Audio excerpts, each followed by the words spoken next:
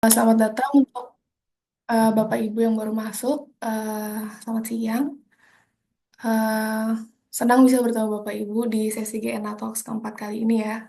Eh, saya lihat dari daftar eh, formulir pendaftarannya ini dari berbagai instansi dan berbagai daerah ya. Semoga nanti bisa saling sharing, bisa saling belajar soal topik hari ini tentang biodiversity management. Saya Madina yang akan menjadi moderator hari ini. Di sesi GNA Talks keempat kali ini, kita akan mendengarkan sharing nih dan belajar dari Kak Lalita Fitrianti atau yang biasanya dipanggil Kak Ata tentang biodiversity management. Halo Kak Ata. Gimana kabarnya nih? Halo, Ya, oke.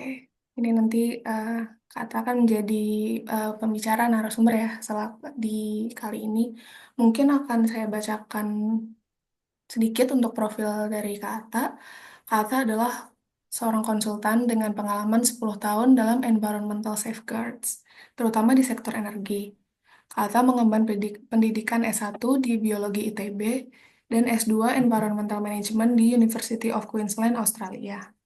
Rekam jejaknya meliputi studi AMDAL, Environmental and Social Impact Assessment, dan Critical Habitat Assessment bagi perusahaan-perusahaan yang mencari pinjaman dan investasi asing. Sebelumnya, Kak Atta juga sempat bekerja di beberapa firm konsultan dan bekerja di Vale Indonesia sebelum akhirnya menjadi konsultan lepasan. Nah, saat ini Kak Atta juga menjabat sebagai manajer untuk program dan kemitraan di Green Advocacy ya. Nah, kebetulan juga hari ini kita sedang memperingati Hari Hutan Internasional ya Bapak Ibu. Jadi pas banget ya, lumayan pas dengan topik yang akan kita bahas hari ini.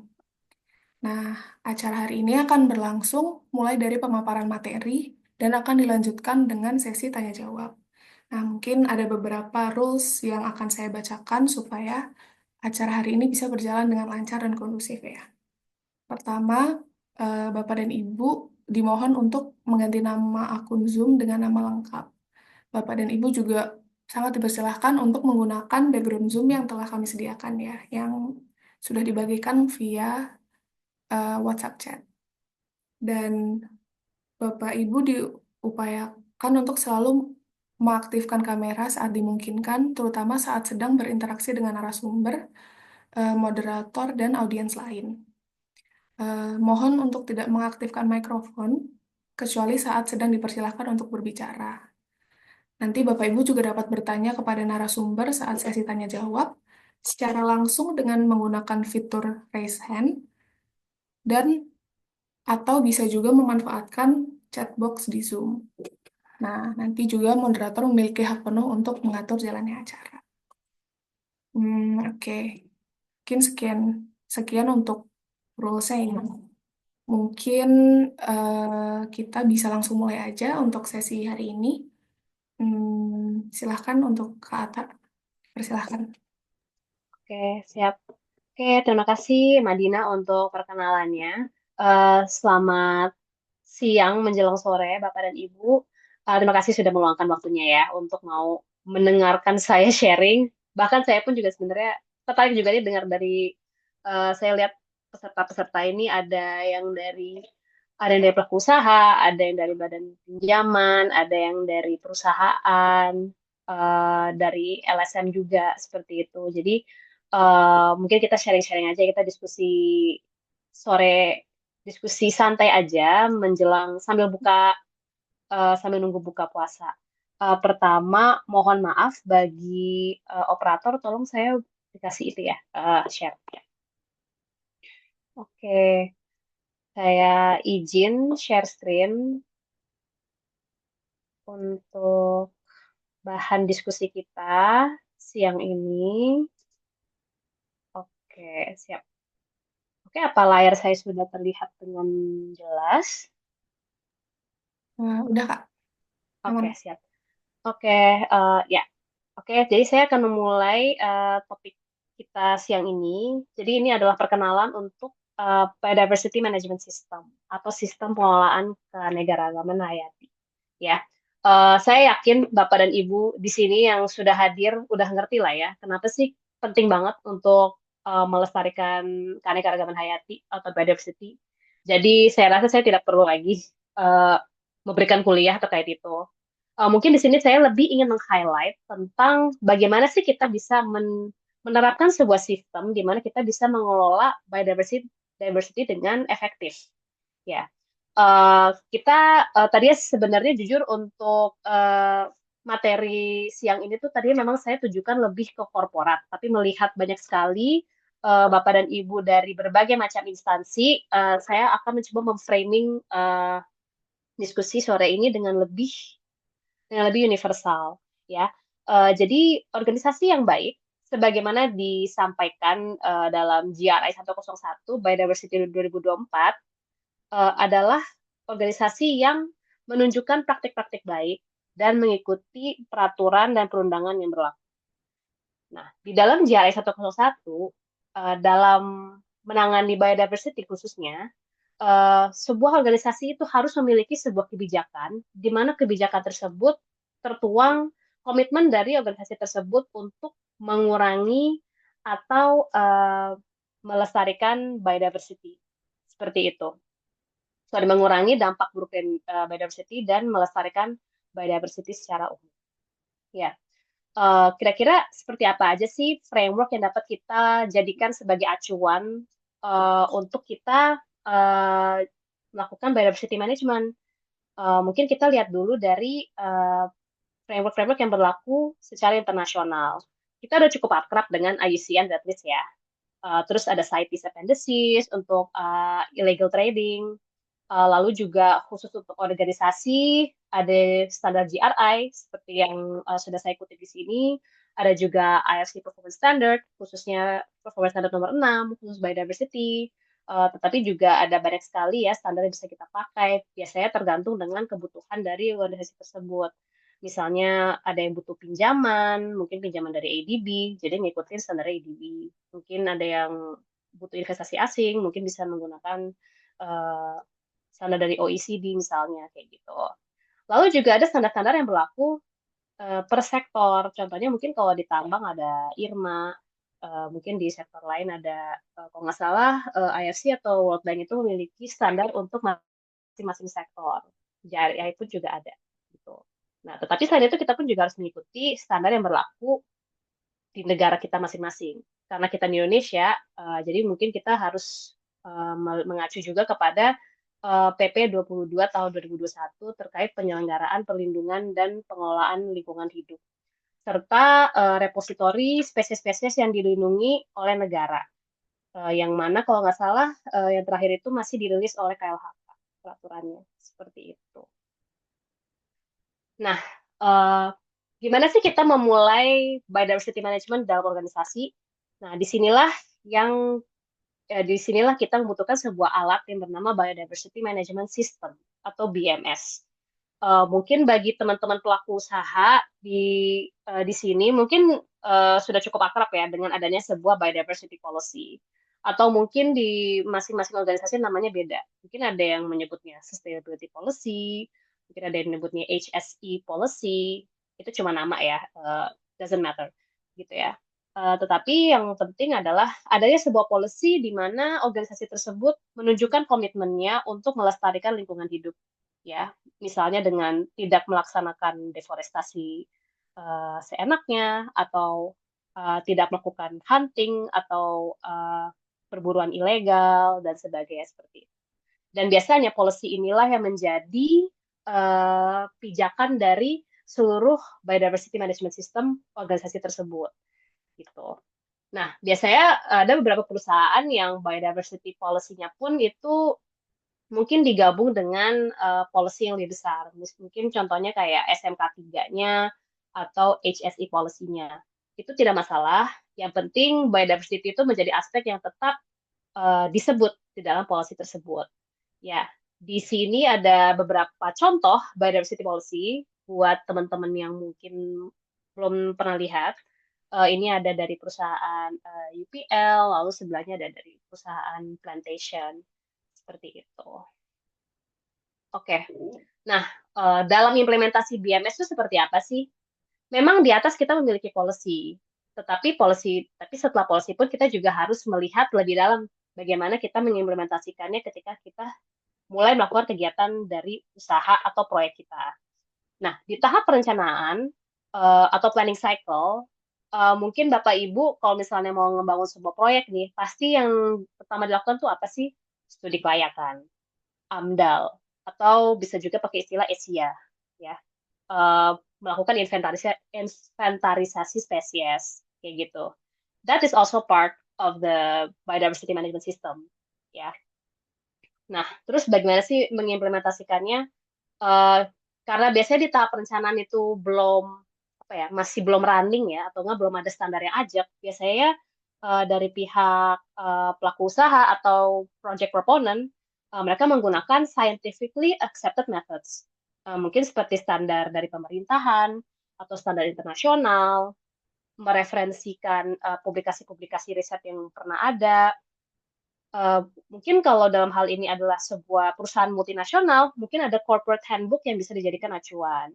Ada juga beberapa tools yang tersedia secara publik, contohnya seperti iBet, yang bisa digunakan oleh project proponent dalam melaksanakan biodiversity management system di tahap perencanaan.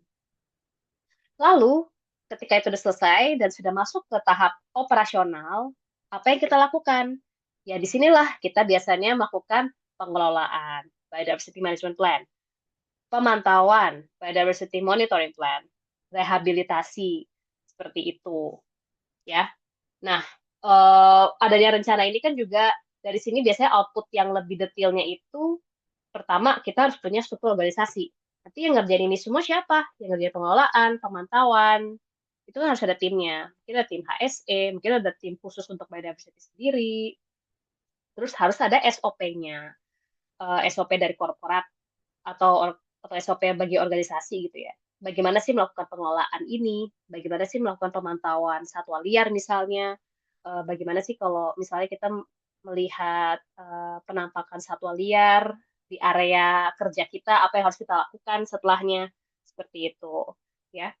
Dan setelah itu, keluarannya yang paling penting adalah alokasi sumber daya seperti finansial. Kan butuh dana ya untuk melakukan ini semua. Logistik, kita butuh apa aja untuk bisa program ini berjalan dengan lancar. Seperti itu, ya. Saya yakin sih teman-teman di sini mungkin mungkin bahkan yang pelaku usaha mungkin sudah memiliki semacam BMS. Mungkin selama ini belum tahu namanya atau mungkin nggak belum yakin atau bagaimana, tapi saya yakin sih pasti udah punya. Tapi yang masalahnya adalah biasanya apakah BMS itu sudah baik atau masih banyak yang harus diperbaiki dari situ. Nah, berikut adalah material topik yang dibahas di dalam BMS. Pertama yang dibahas itu sudah pasti wajib itu adalah spesies dan ekosistem yang dilindungi. Lalu kedua, terkait konflik antara manusia dengan satwa liar, ya, karena biasanya ketika ada kegiatan manusia, terutama kalau itu ada pembabatan hutan, pasti di situ akan ada konflik ya. Terus ada masalah invasive species, spesies invasif.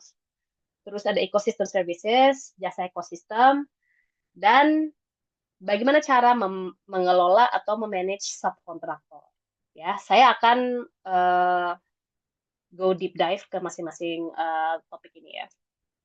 Oke, untuk di bagian ini akan agak terlalu teknis, jadi saya nggak akan terlalu berlama-lama.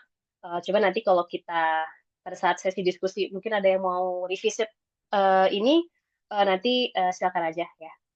Jadi untuk identifikasi spesies dan ekosistem, ada beberapa aspek yang kita harus lihat. Teman-teman yang udah pernah ngerjain AMDAL, saya yakin udah hatam nih sama yang kayak gini. Pertama, kegiatan yang dilaksanakan itu apa aja sih? Kegiatan dari kegiatan utamanya atau kegiatan dalam rantai pasoknya itu apa aja?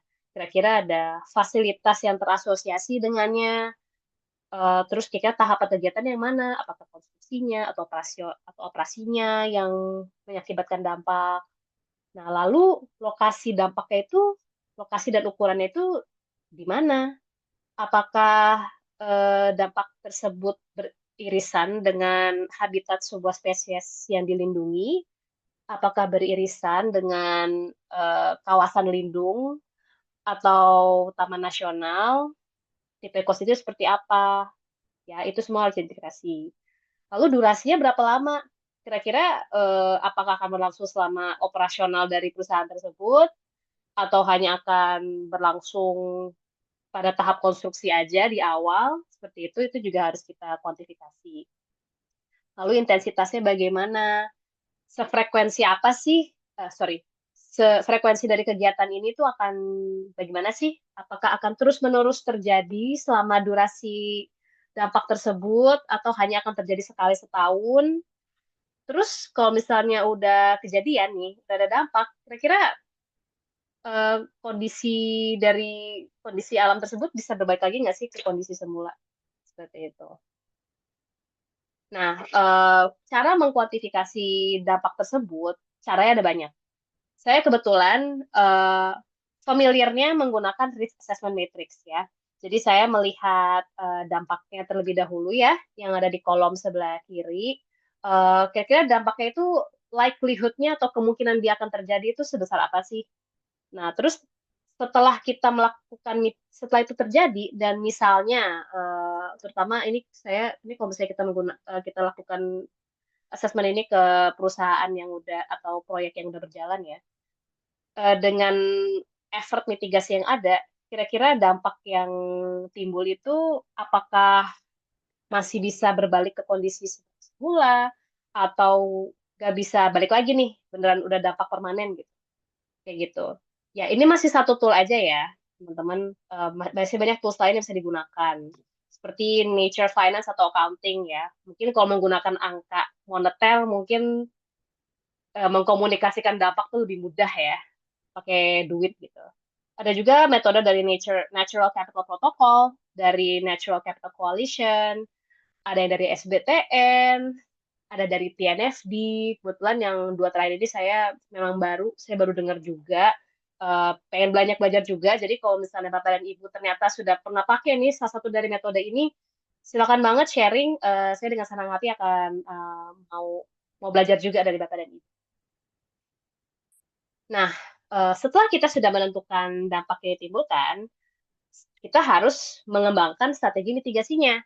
Eh, nah, kalau misalnya di biodiversity management, biasanya ada tools yang kita namakan mitigation hierarchy, ya. Jadi target utama dari biodiversity management yang baik adalah memastikan bahwa tidak ada kekurangan sama sekali atau no net loss. Jadi dampak tersebut eh, tidak boleh apa ya kalau istilah bahasa Indonesianya. Jangan sampai ada habitat yang terdegradasi sama sekali. Seperti itu. Biasanya kalau dalam mindset AMDAL, kita itu kan misalnya dalam hal pembukaan lahan gitu. Biasanya kalau pembukaan lahan mitigasinya apa? Ya setelah kegiatannya selesai, kita melakukan rehabilitasi atau reforestasi lahan. Tapi kita jujur aja deh. Kalau misalnya, kalau misalnya sebelum area itu dibuka, itu merupakan ekosistem padang rumput, mungkin ketika itu direhabilitasi, dia akan kembali ke kondisi rona awal atau kondisi baseline. Tetapi kalau misalnya area yang dibuka tersebut tadinya hutan, kira-kira mungkin nggak sih setelah direhabilitasi dia balik lagi jadi hutan? Apalagi kalau itu hutan primer, nyaris nggak mungkin kan? Nah, itu yang biasanya kita sebut residual impact atau dampak yang tersisa. Kayak gitu. Nah, kalau misalnya masih ada dampak yang tersisa nih, itu sebenarnya namanya bukan no net loss. Itu masih ada yang kurang. Nah, gitu. Nah, biasanya kita menggunakan, biasanya nih kalau udah kayak gini nih, kita harus memikirkan gimana sih cara biar kita tuh nggak jadi net loss gitu. Biasanya ada berbagai macam upaya. Kalau avoid itu maksudnya menghindari ya. Minimize itu mengurangi. Restore, rehabilitasi. Oke, kita udah paham ya. Tapi ada satu lagi namanya offset ya. Atau kita mereplace dampak yang sudah terjadi dengan kita memperbaiki satu aspek yang atau karakter ekosistem yang kurang lebih mirip. Saya akan ngasih contoh nanti di akhir ya terkait offset itu. Seperti itu. Oke, next. Nah, ini terkait konflik antara manusia dan satwa liar. ya. Dimanapun ada proyek masuk atau ada kegiatan usaha masuk, sudah pasti akan ada konflik antara manusia dan satwa sekitarnya. Ini adalah contoh yang saya ambil dari perkebunan sawit di Thailand.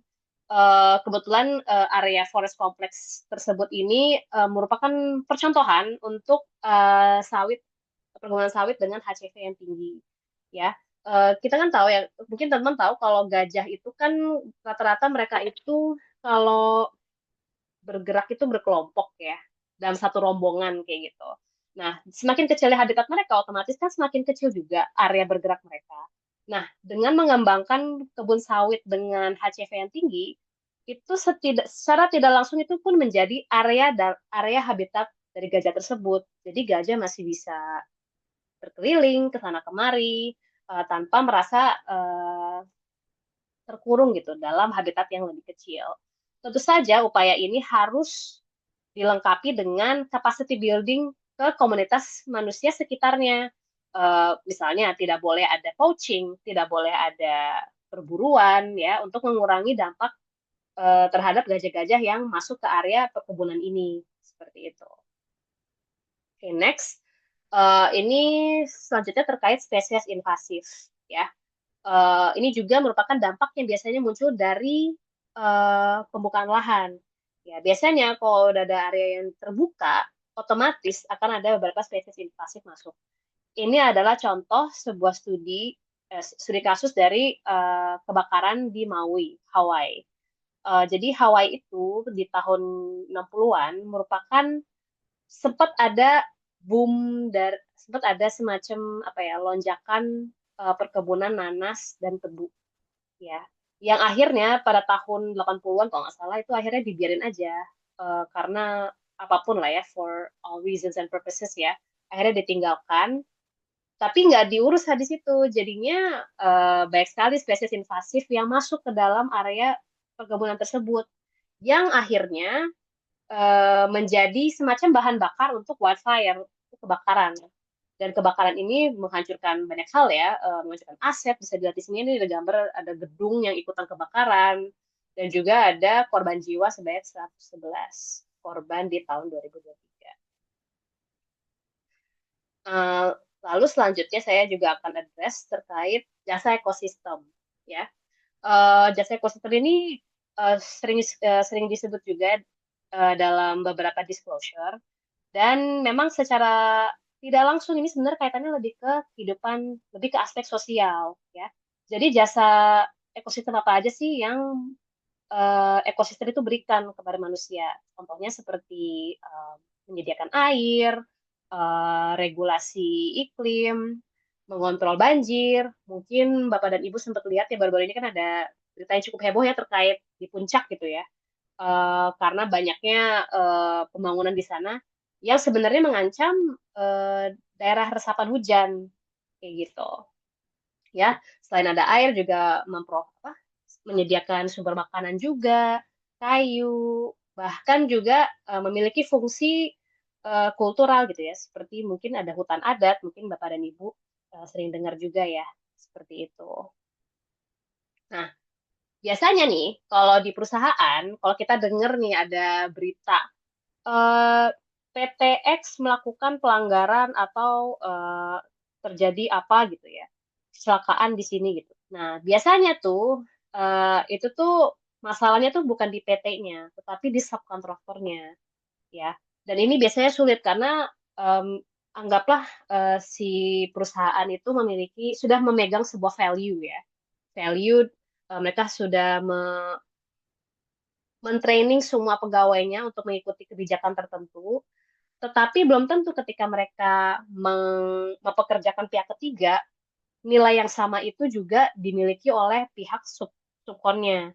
Seperti itu. Nah, bagaimana sih kita bisa mengelola agar subkon itu bisa memiliki value yang sama seperti kita, ya, sehingga mereka pun juga sama-sama bisa bersamaan dengan kita ikut melestarikan lingkungan juga. Pertama, kita harus memapping kira-kira seluruh kegiatan usaha organisasi atau perusahaan itu apa saja, termasuk ke supply networknya ya, gitu.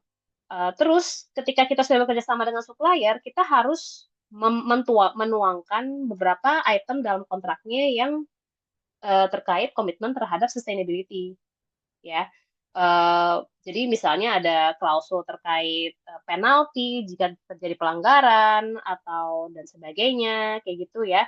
Eh, Biasanya tuh di perusahaan-perusahaan yang besar nih, biasanya ini udah ada nih hal-hal kayak gitu. Nah, kita juga harus sebagai organisasi kita juga perlu memberikan training dan capacity building ke supplier secara berkala.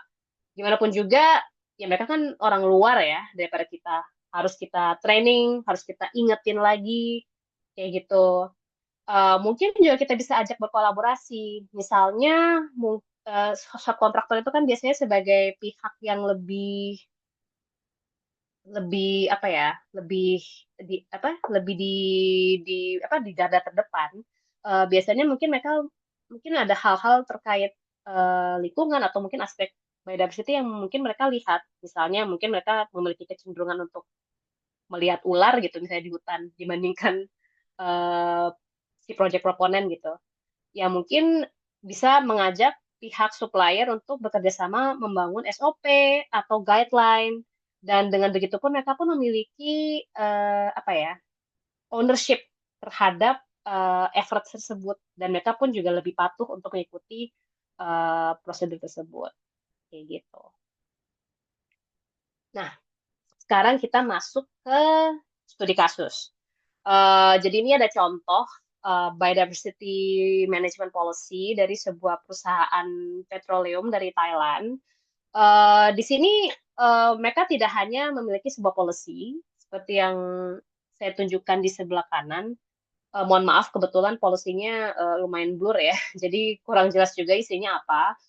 Tetapi di sini salah satu hal yang mereka address adalah hal-hal seperti tidak boleh bekerja di UNESCO World Heritage Site, wajib mengurangi dampak negatif dari kegiatan usaha, dan harus melakukan rehabilitasi hutan di area hutan yang dirusak.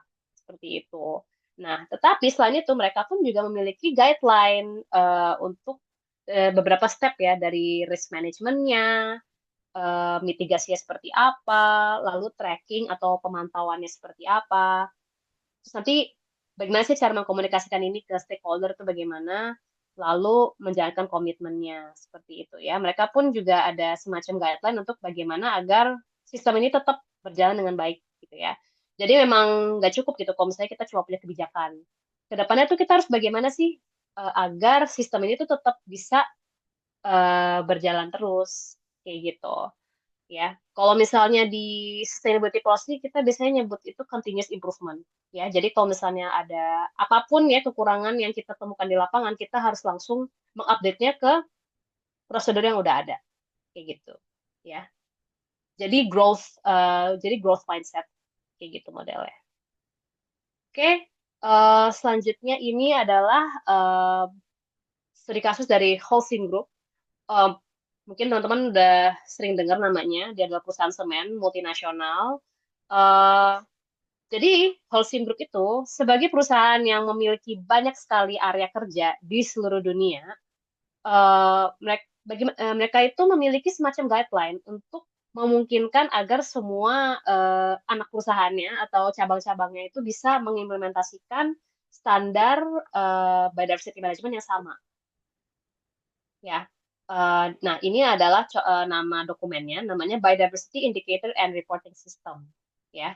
Jadi ini adalah semacam guideline yang berisi gimana sih cara mereka melakukan pemantauan aspek biodiversity gitu. Jadi ini adalah semacam guideline yang diimplementasikan secara global oleh semua perusahaan di Holcim kayak gitu. Dan ini adalah salah satu contoh implementasi biodiversity management system yang memang bisa diaplikasikan di sebuah perusahaan sebesar Holcim kayak gitu. Jadi memungkinkan agar semua queries-nya di seluruh dunia itu bisa apa ya, mengukur baseline biodiversity itu dengan cara yang sama, dengan memiliki kegiatan seperti ini kayak gitu.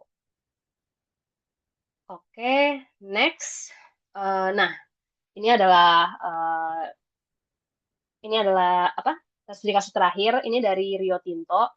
pertama mohon maaf saya dari tadi contohnya nih rata-rata industri-industri yang cukup berbahaya ya. Tapi menurut saya mungkin kadang-kadang mungkin studi kasus tuh lebih enak tuh dari industri yang berbahaya dulu gitu ya. Jadi buat ya menunjukkan bahwa meskipun damaging tapi bisa juga kok memberikan praktik baik gitu ya.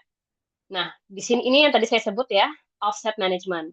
Jadi Rio Tinto dia punya site di Mongolia namanya di Oyu Tolgoi. Mereka itu eh, berniat untuk mencapai yang namanya net positive impact. Jadi tadi kan saya sudah cerita ya soal no net loss, itu artinya kan tidak ada yang kurang, tidak ada yang berkurang. Nah, kalau net positive impact itu artinya berarti ada impact positif nih dari adanya kegiatan perusahaan di area tersebut gitu. Nah, itu gimana sih ngelakuinnya? Terutama ini kegiatan tambang lagi. Nah, kalau di Mongolia, kebetulan spesies yang dijadikan target itu adalah eh, onager atau the Asiatic wild ass. Ini fotonya, dia semacam kuda gitu ya. Eh, nah, sebagai perusahaan tambang tentu saja dampaknya kan ya banyak ya. Ada habitat loss karena pembukaan lahan dan kegiatan tambangnya. Ada juga indirect habitat loss akibat kegiatan di sekitar konsesi. Lalu juga adanya perusahaan itu membuka akses ke penduduk sekitar untuk melakukan perburuan ilegal mau ataupun mengambil tumbuhan sebagai sumber untuk kayu bakar gitu. Nah, bagaimana cara mereka melakukan offset management? Pertama, mereka itu targetnya adalah mengurangi adanya perburuan dan pengambilan kayu secara ilegal. Terus yang selanjutnya mereka itu memperbaiki rangeland ekosistem. Ini adalah ekosistem bagi si kuda ini ya, si Asiatic Wild Ass ini. Terus memperkuat kawasan lindung atau kawasan konservasi, me- melibatkan stakeholder, serta juga membantu menyiapkan beberapa mekanisme finansial untuk meningkatkan resources yang dibutuhkan untuk bisa mencapai target dari program ini gitu. Sorry sorry. Nah ini nih contohnya ya. Jadi sebelah sini yang warna merah itu dia ini adalah area konsesinya dan di sekitarnya itu memang ada area kawasan lindung gitu. Nah tetapi kan tidak mungkin kan mereka itu eh, melakukan rehabilitasi di area yang sudah mereka tambang. Kan itu kan area yang sudah pasti rusak dan mau direhabilitasi kayak apapun juga masih tidak akan bisa sampai ke no net loss gitu. Jadi daripada mereka fokus ke area yang apa? Selain mereka fokus ke area kawasan konservasi di dalam konsesi mereka, mereka juga memperbaiki area kawasan konservasi di luar konsesi mereka. Eh, di sebelah sini ya, di area ini masih area Gurun Gobi kalau nggak salah kayak gitu. Jadi mereka memperbaiki area ini dan juga jadi memperbaiki itu dengan berbagai macam cara, mungkin dengan melibatkan stakeholder itu kan seperti apa ya? Mungkin kayak BKSDA-nya Mongolia gitu ya, atau mungkin dari pihak kementerian juga, eh, terus juga membantu dari sisi financing. Gimana pun juga yang namanya perusahaan itu kan mereka tuh they have the capital ya, and they have the resources. Dan kalau misalnya mereka memang bisa dibilang jika memang perusahaan tuh mau dan mau berkomitmen, mereka tuh bisa membuat dampak positif. Nah, dan ini salah satu contohnya seperti itu. Ya, kayak gitu.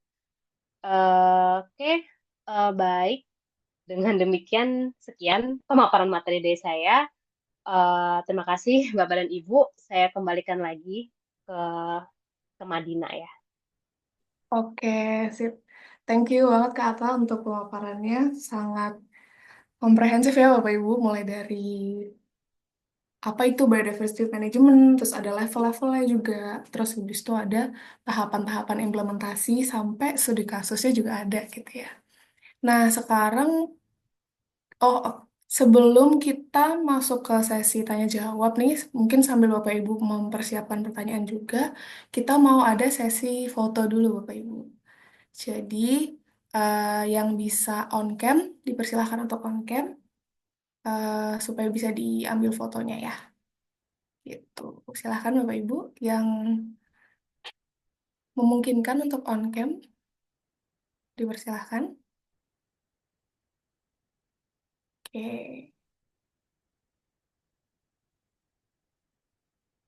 oke. Silahkan untuk Irhan, boleh dibantukan.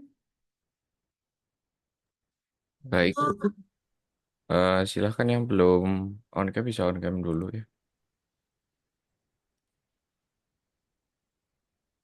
Baik, akan saya mulai. Saya hitung mundur. 3, 2, 1.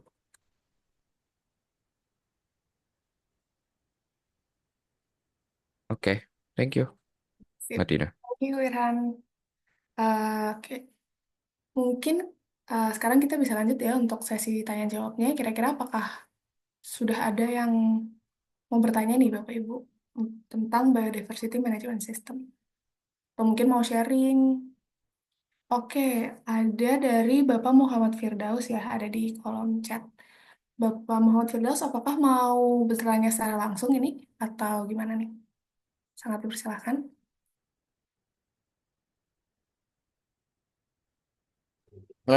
Dengar suara saya kah? Dengar Pak, Nah, silakan. makasih. eh jadi singkat saja lah. Jadi memang eh, apa eh, biodiversity management system itu mungkin eh, bukan hal baru, tapi mungkin istilah yang baru di beberapa stakeholder yang mau fokus di sustainability ya. Jadi yang saya tahu sebenarnya itu ada kayak skema carbon credit, kemudian biodiversity offset, nah, ada biodiversity credit. Tadi saya mendengar ada jadi bagian dari implementasi untuk di biodiversity management ini kan lebih ke bagaimana offset manajemennya sendiri. Nah, yang saya tanyakan sebenarnya apakah eh, beda ya NPI offset management yang sudah dilakukan di dunia luar, maksudnya di luar Indonesia dengan biodiversity credit yang mungkin Indonesia baru mau memulainya. Tapi saya pikir belum, masih panjang. Sementara biodiversity offset saja mereka kelabakan di Indonesia. Apalagi biodiversity credit yang notabene biodiversity credit itu lebih kepada bagaimana meningkatkan nilai nilai biodiversitas satu wilayah. Bukan apa kayak kan dia ada istilah menebus dosa dengan menambah pahala kan. Nah, kita konteksnya ini apakah nih konteksnya menebus dosa atau emang menambah pahala. Nah, kemudian yang satu lagi Kak, mungkin tidak dalam kolom chat, bagaimana sebenarnya dalam biodiversity management itu bagaimana kiat-kiat cara-cara kita nih sebagai beberapa kawan-kawan off taker dan kawan-kawan yang lebih ke proponen itu bagaimana mendesak, maksudnya bukan mendesak ya, tapi membuat sesuatu yang normal ketika suatu apa bidang bisnis itu harus taat dan komitmen terhadap keberlanjutan. Saya pikir itu mungkin bagian dari yang harus kita diskusikan di sini. Makasih, ada dua topik. Makasih. Oke, sip. Kakak mau langsung dijawab pertanyaannya? Oke, siap. Terima kasih Pak Firdaus untuk pertanyaannya. Oke, untuk pertanyaan pertama, Bapak kalau tanya menurut saya, kalau menurut saya kurang lebih prinsipnya sama. Saya tuh sering merasa dalam hal apa ya, dalam hal sustainability itu banyak sekali apa ya, ganti-ganti istilah yang sebenarnya tuh pada prinsipnya tuh sama aja, tapi diganti packagingnya, diganti namanya kayak gitu. Tetapi saya jujur saya kalau untuk biodiversity credit pun juga saya pribadi belum pernah nyemplung juga. Dan saya juga malah kalau misalnya Bapak dan Ibu di sini ada yang lebih berpengalaman atau mungkin ada yang mau dibagi atau di-share, silakan silakan ikut diskusi juga. Tapi kalau saya pribadi sih melihatnya semacam offset management, seperti kata Bapak tadi, kayak menebus dosa dengan pahala. Saya juga melihatnya sih seperti itu. Dua-duanya sih offset dan biodiversity credit seperti itu. Tetapi memang menurut saya ini mungkin kita juga nggak bisa langsung apa ya kayak menganggap semua offset itu hanya semacam greenwashing kalau gitu. Kebetulan kayak contohnya kayak di carbon credit gitu ya. Memang carbon credit itu kan banyak yang bilang itu kayak itu mah cuma biar perusahaan-perusahaan besar yang merusak tuh bisa menebus dosa aja gitu. Cuman menurut saya kalau misalnya implementasinya itu betul, jadi mereka tuh nggak cuman sekedar bayar carbon credit gitu ya, tetapi mereka pun juga melakukan upaya yang dilaksanakan di site mereka. Menurut saya itu tetap jatuhnya sebagai upaya mitigasi gitu ya. Jadi upaya mitigasinya tuh ada yang kategorinya offset, ya, kayak tadi gitu ya, bayar kredit, atau ada juga yang minimize atau avoid seperti itu ya. Jadi eh saya kalau kita hitung-hitungan nih, menurut saya sih memang offset itu nggak bisa berdiri sendiri. Tetap harus ada upaya mitigasi yang dilaksanakan oleh project komponen seperti itu. Nah, kalau untuk pertanyaan kedua, eh sorry, mohon maaf Pak Firdaus, tadi saya agak kurang nangkep. Jadi ini semacam masukan bagi project component dan off-taker ya Pak ya. Bisa diulangi lagi Pak? Jika ada kesempatan.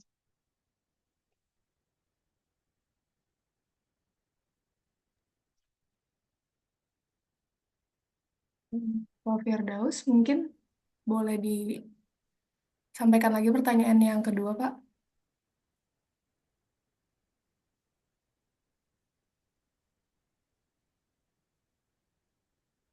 Oh, oke, mungkin tadi sih nangkepnya terkait mendesak ya. Mungkin, oke, kalau saya tidak salah tangkap ya, pertanyaan itu terkait bagaimana sih biar bisa, mungkin maksudnya bisa berdialog ya antara project component dan juga apa stakeholder sekitarnya. eh Apa ya? Kalau saya jujur sih, menurut saya stakeholder engagement itu adalah sesuatu yang oke, baik, saya dikasih jempol. Ya, menurut saya tuh stakeholder engagement itu tuh sesuatu yang cukup tricky ya, karena satu area itu belum tentu cara engagementnya itu sama dengan yang lainnya kayak gitu. Kalau dari sisi, kalau saya sih dari sisi off taker nih ya, eh apa ya, kalau dibilang demo, kalau saya bilang demo, suruh demo gitu kan juga kurang ini ya, kurang tepat ya. Tetapi kalau saya sih melihatnya gini ya, kalau sebagai project proponent, biasanya tuh tekanan itu tuh datang, yang lebih memberikan tekanan itu bukan warga, tetapi biasanya tuh sesuatu yang lebih bersifat finansial. Contohnya kayak di Indonesia sekarang gitu, banyak sekali investor asing yang akhirnya tuh memutuskan untuk nggak investasi asing lagi di Indonesia. Karena apa? Karena Indonesia itu banyak sekali perusahaan yang tidak bisa melakukan sustainability itu dengan baik dan benar. Ya. Misalnya banyak lahan adat yang dirampas, lahan milik warga dirampas, banyaknya apa penanganan limbah yang tidak baik seperti itu gitu ya. Menurut saya sih justru saat ini di Indonesia itu adalah saat dimana justru harusnya tuh kita tuh buka mata gitu. Ya contohnya aja kayak kemarin gitu IHSG aja turun kan. Kayak gitu gitu. Menurut saya itu udah semacam itu udah indikator yang kuat kok menurut saya. Apa ya? Memang eh, bisa, ya mohon maaf saya juga jujur saya bukan dari pihak LSM dan mungkin saya kurang bisa melihat dari perspektif dari pihak apa ya, misalnya warga di lingkar kegiatan gitu ya. Tetapi menurut saya memang apa ya? eh, Menurut saya tuh kayak pada akhirnya tuh perusahaan itu akan, they will reap what they sow. Mereka akan menuai apa yang mereka tanam sih. Dan waktunya menurut saya sih mungkin bentar lagi. Seperti itu. Kayak gitu. Yang bisa saya sarankan ke pihak warga ya adalah mencoba bagaimanapun adalah menyampaikan grievance-nya. Seperti itu. Mungkin mudah-mudahan jawaban itu cukup atau mungkin mau ditambahkan lagi, Pak. Ya, cukup cukup. Oke dah. Yang penting sih sebenarnya Mm-mm. kalau saya lebih ke bagaimana si perusahaan itu yang mau kita engage itu lebih sadar akan komitmennya dari supply chain misalkan atau dari rantai Mm-mm. pasok mereka. Nanti yang benar-benar didesak sebenarnya kita bukan bicara di Indonesia ya, tapi bicara tentang di komoditas privat sektor ya. Jadi Mm-mm. yang harus didesak sebenarnya menurut saya itu lebih ke bagaimana si si pembeli mereka nih yang menghasilkan. Nah, Mm-mm. kalau itu sudah mulai, saya pikir yang di bawah-bawah ngikut aja. Mm-mm. Mm-mm. Mungkin contoh baik yang bisa saya kutip tuh kalau nggak salah tuh terkait ini, kalau nggak salah Apple tuh dia stop untuk membeli timah kalau nggak salah ya di Ya, Indonesia karena Apple ya. adanya child labor ya. Menurut saya tuh hal tersebut tuh itu cukup powerful kok Pak. Ya, Apple itu. Kayak mm, mm, mm. Oke, mantap. Kita diskusi lah. Next. Ya, ya terima kasih Pak. Ya, terima kasih Bapak Firdaus untuk pertanyaannya ya. Selanjutnya ada pertanyaan dari kolom chat dari Kak Li. Pertanyaannya adalah Kak Lalita, bagaimana bedanya biodiversity management ini dengan nature based solution gitu. Kira-kira apa mau disampaikan secara langsung Kak? Atau Eh, Jaringan saya kurang bagus. hmm, Mungkin langsung aja. Silakan, aja Mbak. ya, siap. Ya, ingin Silakan Iya, Kak. dengar komentarnya Mbak Lali aja. Makasih. Ya, ya. Terima kasih, Bapak.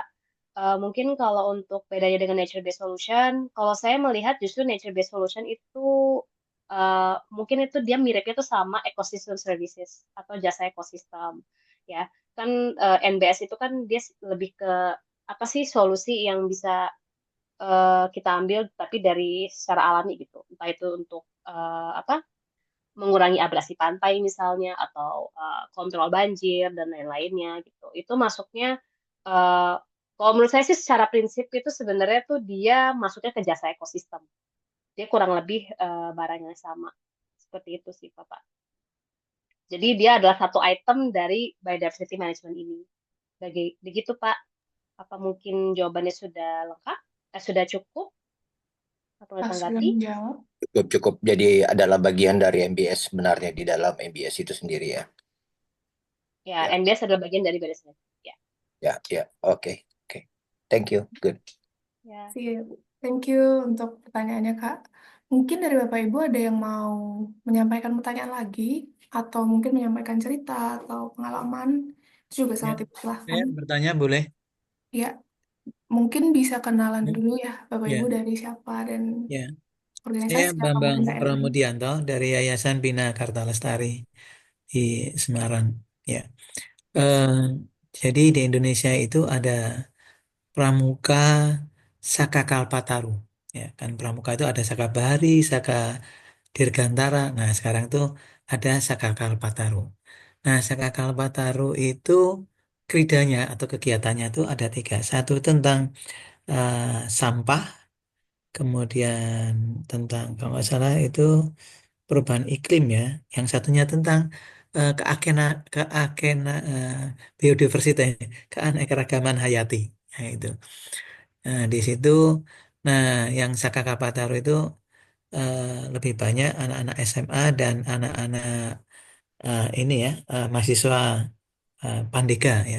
Kalau kalau SMA itu kan penegak ya kalau Pandega. Tapi di buku panduannya Saka Tartaru itu juga untuk yang penggalang ya anak yang SMP dan SD kelas kelas 6 gitu ya. Nah, itu eh, ada keridanya itu atau kegiatannya itu tentang keanekaragaman hayati. Nah, mungkin bisa download di internet ya, panduan Kalpataru itu. Nah, nanti dibaca eh, mengenai keanekaragaman hayati.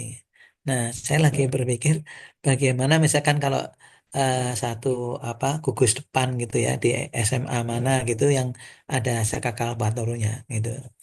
Eh, Tadi manajemen biodiversity diterapkan di situ gitu.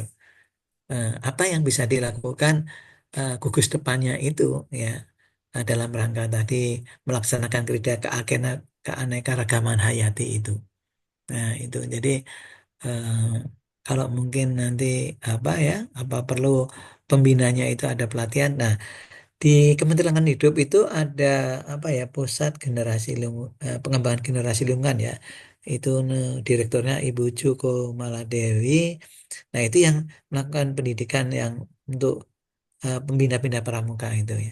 Nah, mungkin bisa lewat situ ya. Mungkin eh, pembinanya diajari terus bagaimana sih eh, manajemen biodiversity tadi masuk di apa bisa diterapkan di gugus depannya.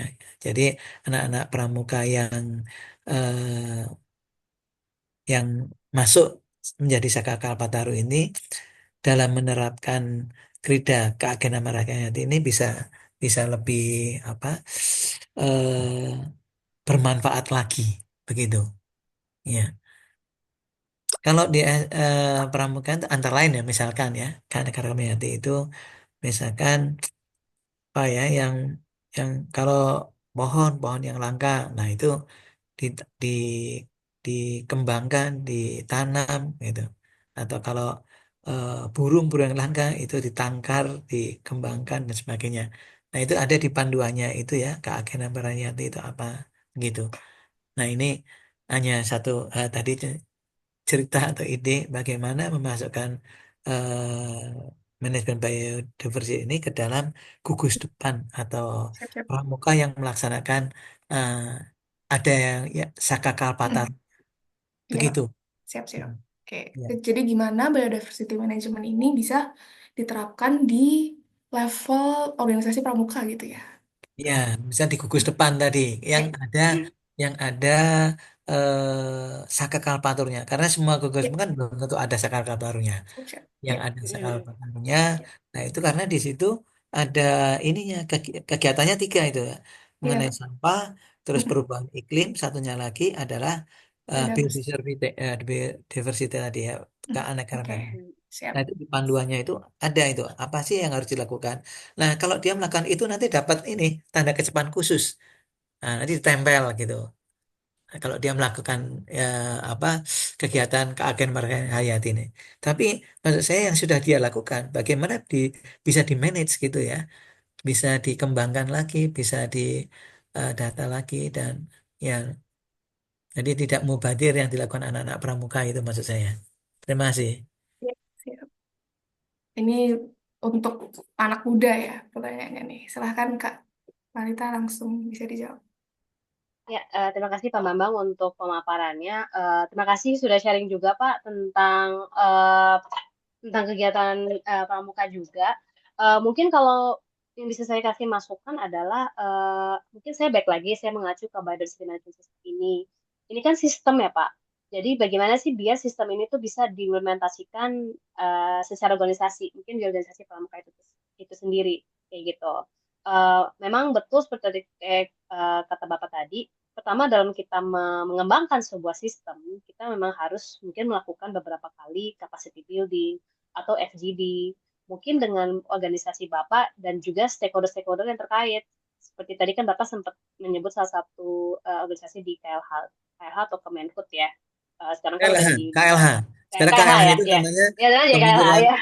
ya Kementerian Lingkungan Hidup, straight Nah, garis miring Badan Pengendalian Lingkungan Hidup, BPLH. nah, oh ya, mungkin Sekarang bisa BPLH namanya. BPLH. Mungkin bisa melibatkan juga stakeholder seperti BPLH misalnya, atau jika ada stakeholder lain yang Bapak ingin ikut sertakan dalam pengembangan sistem tersebut. Nah, nanti kan ketika sudah mengembangkan sistem kan Bapak kan bisa mungkin pertama sistemnya dari mungkin di level mungkin entah nasional atau regional terlebih dahulu. Nanti setelah itu, setelah sistemnya udah jalan, mungkin pertama kita mulai dari kebijakan dulu, Pak. Saya kira dari organisasi Bapak targetnya mau ngapain? Mungkin bisa lebih spesifik. Misalnya apakah mungkin kalau tadi kan kalau perusahaan kan lebih ke mengincar net positif impact gitu ya. Tapi kalau misalnya dari pihak organisasi mungkin lebih ke ya entah itu pengabdian ke masyarakat atau pengabdian kepada lingkungan seperti itu gitu ya. Mungkin bisa digaris besarkan terlebih dahulu Pak untuk objektifnya apa. Lalu setelah itu objektif dalam kebijakan itu baru nanti bisa detailkan lagi Pak. Mungkin dalam bentuk SOP, prosedurnya bagaimana, manual yang nanti bisa diikuti oleh semua anggota Bapak dimanapun seperti itu. Nanti kan kalau sudah ada guideline-nya kan lebih mudah juga ya Pak ya, buat nanti diikuti oleh anggota pramuka dimanapun gitu. Nanti tadi kan Bapak juga sempat kalau nggak salah tuh mungkin kayak sistem apa ya, mungkin sistem reward atau sistem insentif gitu ya bagi anggota juga. Itu juga bisa menjadi bagian dari sistem Pak. Mungkin bisa menjadi apa biar bisa meningkatkan motivasi juga bagi anggota untuk melakukan itu seperti itu. Memang untuk sistem seperti ini tuh butuh waktu ya Pak ya untuk dirintis. Bahkan di perusahaan pun dari pengalaman saya tuh 1 tahun aja tuh mungkin baru bisa sampai ke SOP yang masih uh, sekenanya gitu ya. Tetapi kan spiritnya biodiversity management system itu kan dia continuous improvement Pak. Jadi ya sudah kalau yang penting kan jalan dulu aja. Pokoknya kita dengan growth mindset. Jadi nanti kalau misalnya ada hal baru yang bisa dimasukkan atau oh sepertinya mungkin cara kerja seperti itu lebih baik bagi organisasi saya. Mungkin ini lebih cocok ya. Nanti tinggal di apa diperbarui lagi aja seperti itu. Kurang lebih seperti itu sih Pak. Apakah menjawab pertanyaan Bapak? Ya, jadi kalau saya tangkap tadi, misalkan tadi di gugus depan pramuka di SMA mana gitu ya, yang di situ ada saka karakterannya. Nah, mungkin bisa dimulai dengan tadi membuat grup discussion, terus membuat SOP-nya, misalkan tadi SOP. eh, Kalau anak tadi ya, sebenarnya di panduannya sudah ada itu untuk mendapatkan tanda kecerdasan khusus mengenai keanekaragaman keanekaragaman hayati ini apa langkahnya gitu ya. Tapi itu mungkin tadi ya dibuat SOP-nya terus kemudian cuman hasil yang di sudah dilakukan oleh anak-anak pramuka ini itu yang perlu di apa ya diarsipkan atau di nah itu di data apa perlu ada database manajemen ya, database gitu ya. Oh, yang anak ini sudah bisa melakukan ini mengembangkan pisang jenis apa ditanam di mana.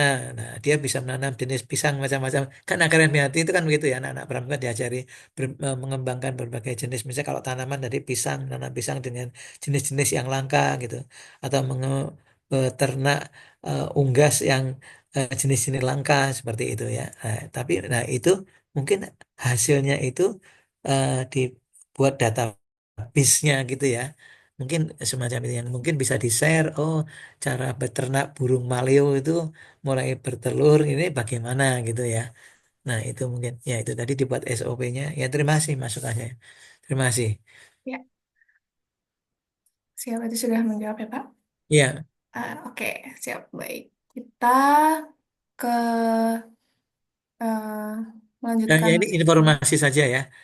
Di Kementerian Hidup itu ada loh Direktorat Keanekaragaman Hayati sekarang. Ya, Mm, jadi direkturnya namanya Ibu Inger Nawati. Ya, mm, Ibu Nawati sebagai direktur Direktorat Keanekaragaman Hayati. Cuman mm. saya belum ketemu lagi nih apa targetnya dia apa, outputnya untuk tahun ini apa ya. Jadi di Badan Pengendalian Lingkungan Hidup tadi. Ya, ini informasi aja. Jadi untuk keanekaragaman hayati untuk di Indonesia ini Kementerian Lingkungan Hidup ada direktoratnya keanekaragaman hayati. Direkturnya namanya Ibu eh, Inger Retnawati. Ya, Terima kasih. ya, siap Pak. Kantornya di Kebun Nanas di Ya, TI Panjaitan 24 ya, mm, Kapten 24. ya. Oke, terima kasih atas sharingnya ya Pak dan informasi dan diskusinya juga. Mungkin ini kita lanjut ya ke kolom komentar ada dari Bapak Otis. Ingin sharing ya tentang komentar soal Papua. Dipersilahkan Bapak. Ya, terima kasih untuk Silakan Pak. ruangnya. Sangat bermanfaat ya. Saya pikir platform-platform seperti ini terus harus dibuka ke depan ya, biar kita bisa saling bertemu, saling menopang. Eh, karena Papua itu berada di wilayah periferi, di mana eh, mainstream public media di Indonesia itu tidak banyak mengcover apa yang terjadi di sana ya, entah apa itu eh, situasi human rights, hak asasi manusia, situasi eh, tentang ekosida yang sedang berlangsungnya, ecocide yang sekarang saya tidak tahu seberapa jauh teman-teman di dalam ruang ini mengetahui apa yang sekarang terjadi di Papua, terutama yang sekarang viral viral adalah tentang PSN ya, program strategis nasional yang di backup oleh TNI, sehingga masyarakat adat yang memiliki tanah-tanah adat berdasarkan hukum adatnya itu tidak didengar oleh siapapun di Indonesia. Dan yang setiap kali mereka protes, masyarakat adatnya protes, yang datang adalah TNI begitu dan polisi. Banyak video yang sekarang beredar di Indonesia itu. Banyak sekali video yang beredar. Tapi sebetulnya harapan saya adalah bagaimana teman-teman di Indonesia bisa bergerak juga untuk mendukung masyarakat-masyarakat adat di Kalimantan, di Papua, di Sumatera, ya kalau seandainya kalian berada di pusat kekuasaannya, Jawa sebagai pusat kekuasaan di Indonesia, dekat ke kementerian-kementerian yang ada di sana. Mengapa tidak ada aksi besar-besaran tentang adanya pemusnahan yang tadi saya sebut sebagai ecocide ya, pemusnahan hayati di pulau-pulau besar ini begitu. Nah, itu yang saya sebetulnya risaukan kalau kalian di Indonesia tidak bergerak, berarti ya Papua dan Sumatera dan Kalimantan akan menjadi tempat sasaran para konglomerat yang terus menghancurkan biodiversity di mana-mana. Begitu. Papua merupakan salah satu gudang terbesar bagi biodiversity, tapi sekarang pelan-pelan dihancurkan.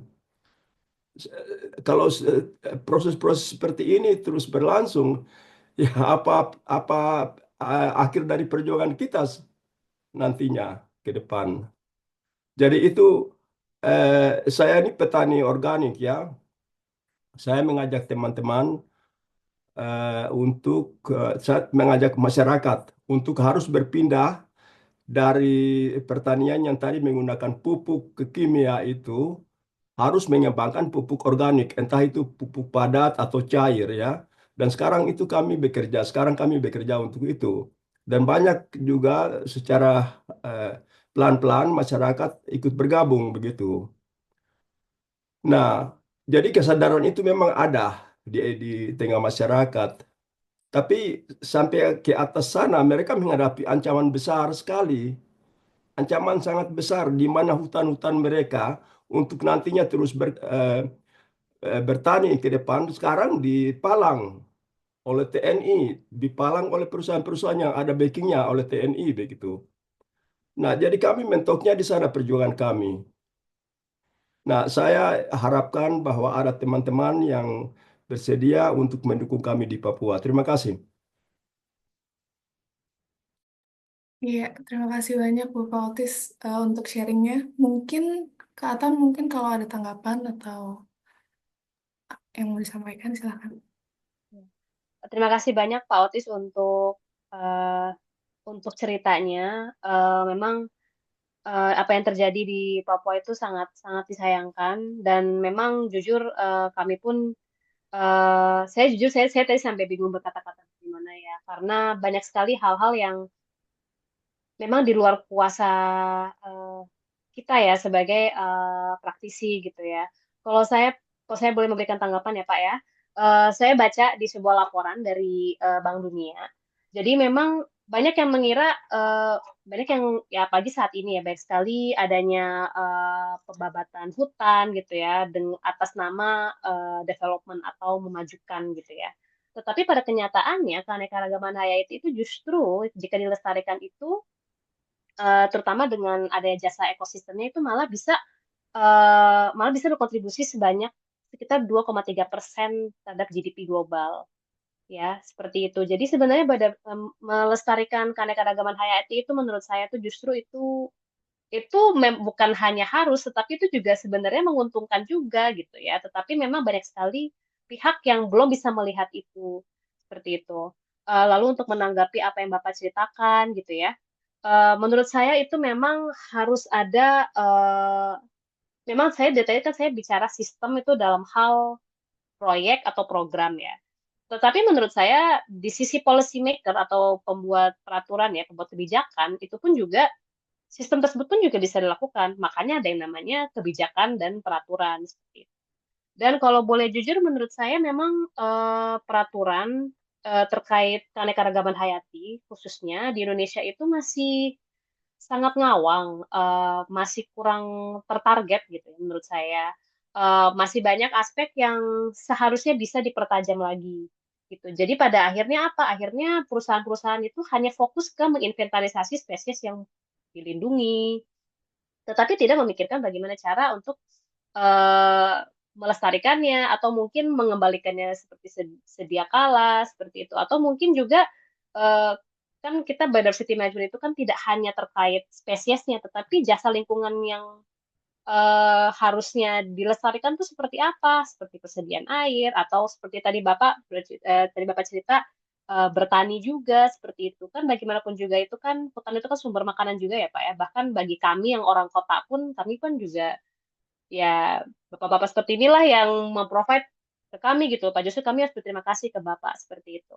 Tetapi memang menurut saya untuk hal seperti ini ya itu membutuhkan political willingness juga dari pihak pemerintah seperti itu. Dan eh, ya mungkin itu saja sih Pak yang bisa saya berikan tanggapan terkait isu ini gitu ya. Terima kasih Bapak untuk ceritanya ya sangat berinspirasi dan saya rasa Bapak dan Ibu di sini pun juga cukup tergetar hatinya juga mendengarkan cerita Bapak. Oke, terima kasih atas sharing dan tanggapannya ya dari Pak Otis dan Kak Atta. Em, Mungkin kita bisa lanjut ya, teman-teman, untuk sesi tanya jawabnya. Mungkin kalau ada yang mau mengungkapkan apa ya, cerita juga bisa diungkapkan juga di kolom chat sembari kita melanjutkan sesi tanya jawab ini ya. Gitu.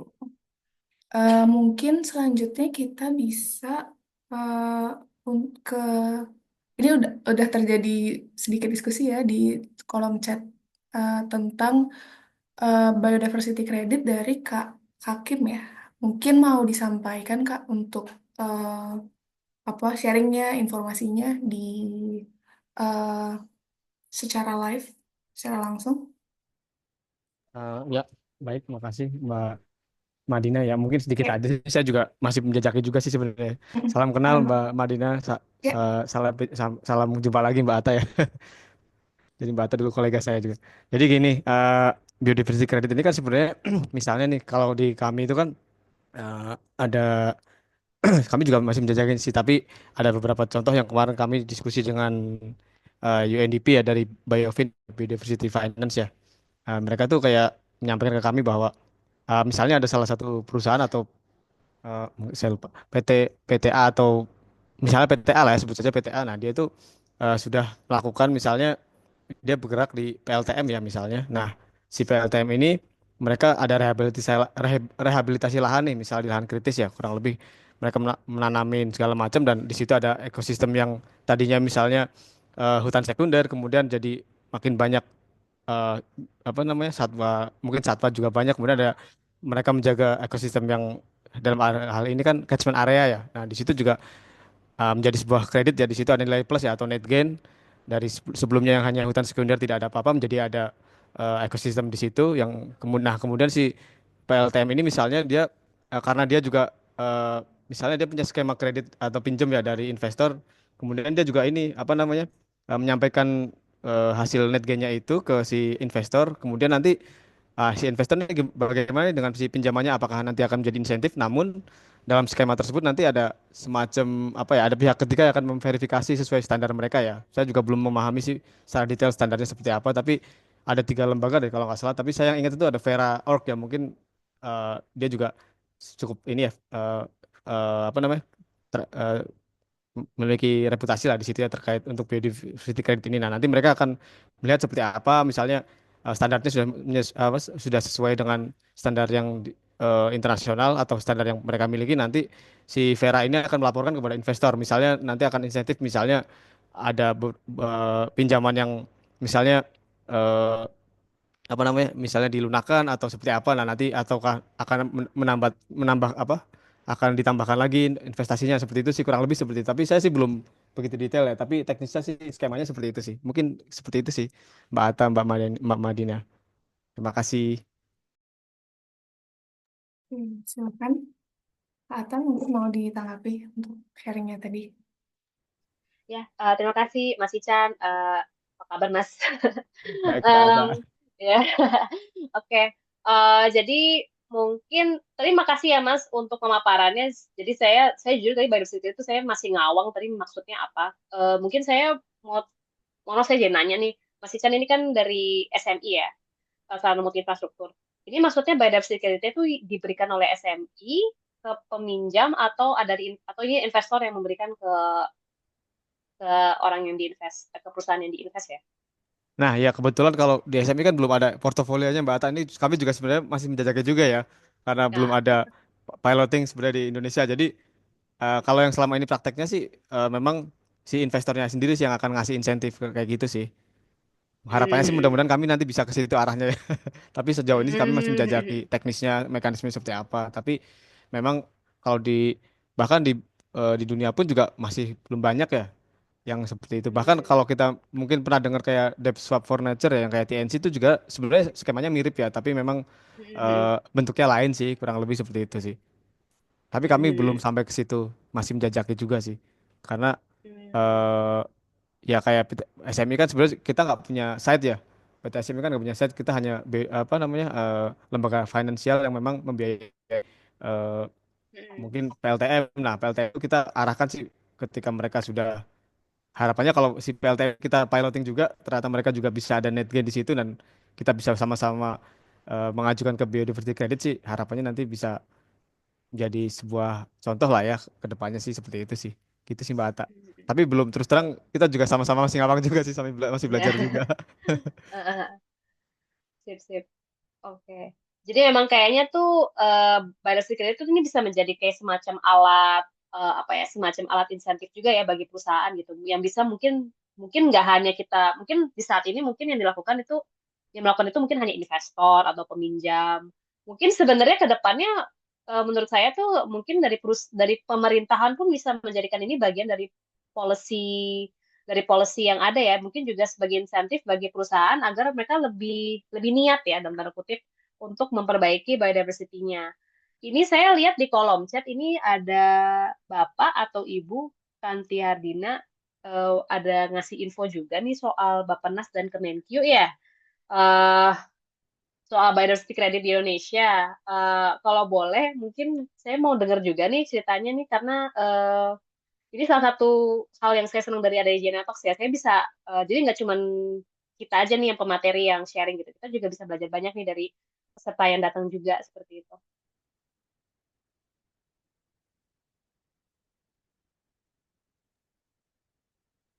Untuk Kak Kanti Hardina mungkin mau menyampaikan secara langsung eh sharingnya tentang biodiversity credit ya. Kayaknya ini dari segi apa regulasi ya biasanya gitu.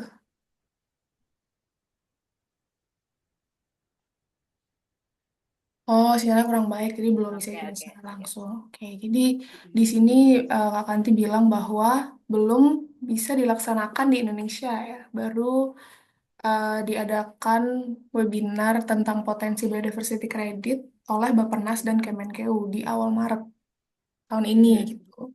Jadi masih sedang disusun mungkin ya skema biodiversity creditnya ini supaya bisa dilaksanakan di Indonesia seperti itu. Oke, mungkin Kata mau lanjut menanggapi kah atau bisa kita lanjutkan nih? Dilanjutin aja Nadina Oke, ke sip, sip. pertanyaan selanjutnya. Mungkin kita masih punya ruang buat satu penanya nih, Bapak Ibu.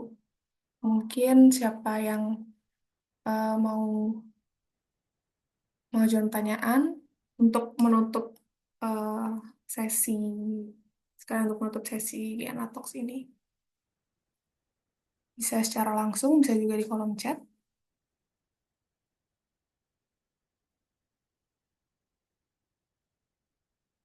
Hmm, mungkin gimana Bapak Ibu mungkin ada yang mau tanya lagi?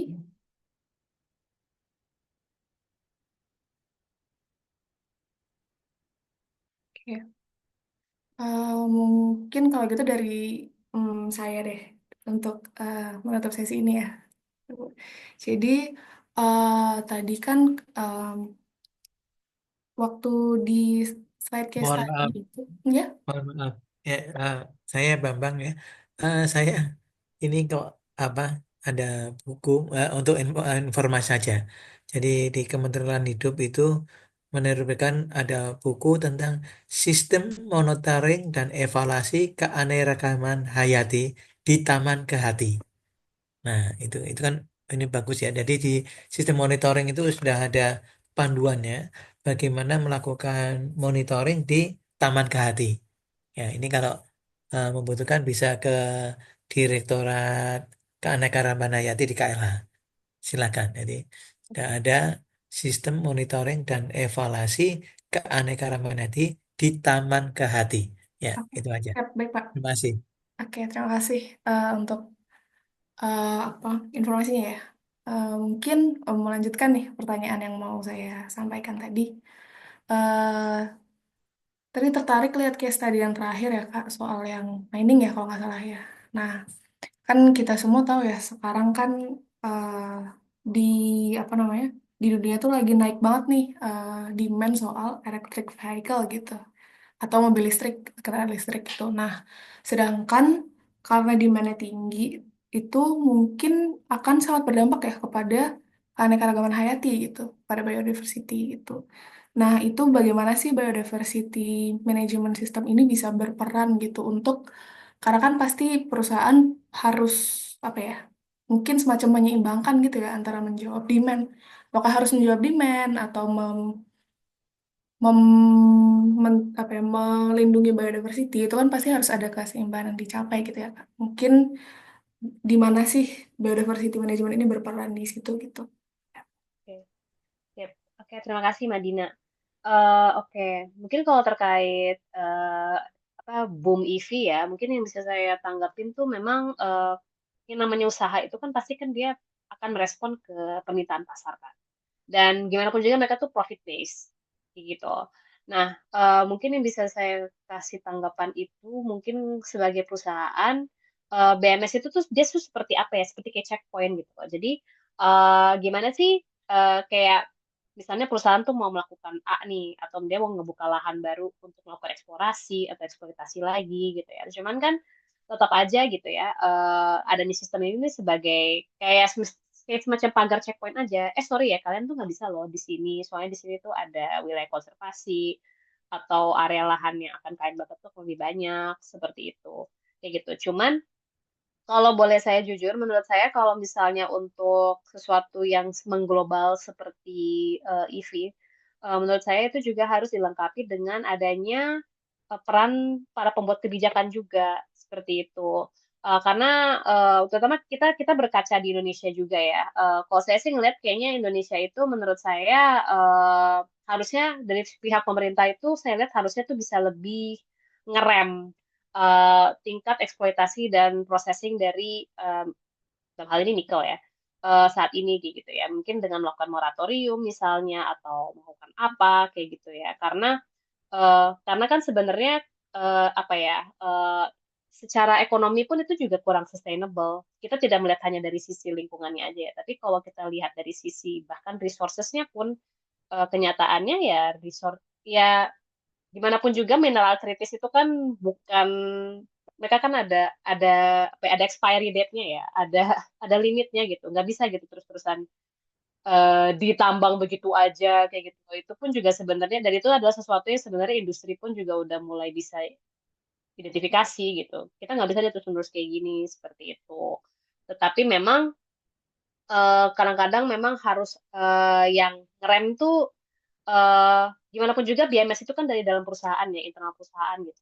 Mungkin kecenderungan buat di bypass tuh tinggi banget. Harus ada yang dari pihak eksternal, entah itu pembuat kebijakan atau investor. Kayak yang kemarin kita udah dengar beritanya kan, kayak Tesla sama BASF nggak jadi investasi di Indonesia gara-gara praktik praktiknya kurang baik dalam menanggulangi isu sosial dan lingkungan seperti itu. Dan juga harapannya juga dari pihak pemerintah pun juga bisa mungkin mengembangkan sebuah standar yang lebih apa ya bisa diaplikasikan oleh semua perusahaan secara nasional untuk bisa memperbaiki praktek eksploitasi yang sudah ada saat ini seperti itu ya. Jadi BMS ini apa ya dia memang tidak perfect gitu ya. Dia ada sistem ya dan tentu saja di dalamnya sistem kan pasti ada kekurangan dan kelebihannya. Tetapi tetap saja nggak cukup gitu. Tetap harus ada watchdog dari sisi luar seperti itu.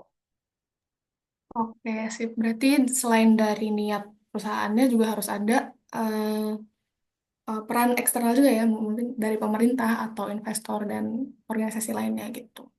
Oke, eh, mungkin ini pertanyaan terakhir yang bisa diakomodasi di sesi ini ya Bapak Ibu.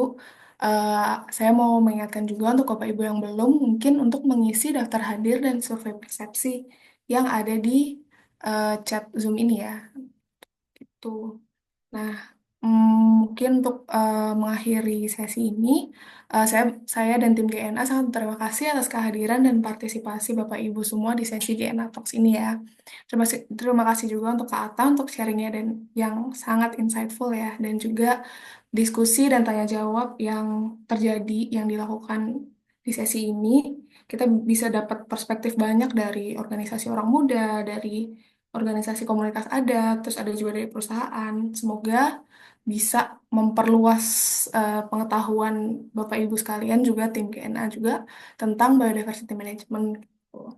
Nah, GNA juga mengundang Bapak Ibu sekalian untuk ikut terlibat dalam dialog terkait pembangunan berkelanjutan dengan mengirimkan artikel atau konten ke platform opini dan komunitas di website kami. Bapak Ibu juga bisa berlangganan GNA untuk support kerja-kerja kami sekaligus mendapatkan manfaat lainnya untuk pertumbuhan pribadi dan profesional. Itu nanti bisa dilihat semuanya di website kami. Eh, Kami sangat welcome untuk menerima artikel, terutama dari praktisi dan mungkin untuk dari pengalaman Bapak Ibu juga yang pastinya sangat berharga untuk diketahui oleh semakin banyak orang gitu. Terima kasih untuk kehadirannya kali ini dan sampai jumpa di sesi GNA Talks berikutnya. Terima kasih semuanya. Terima Terima kasih. kasih. Terima kasih.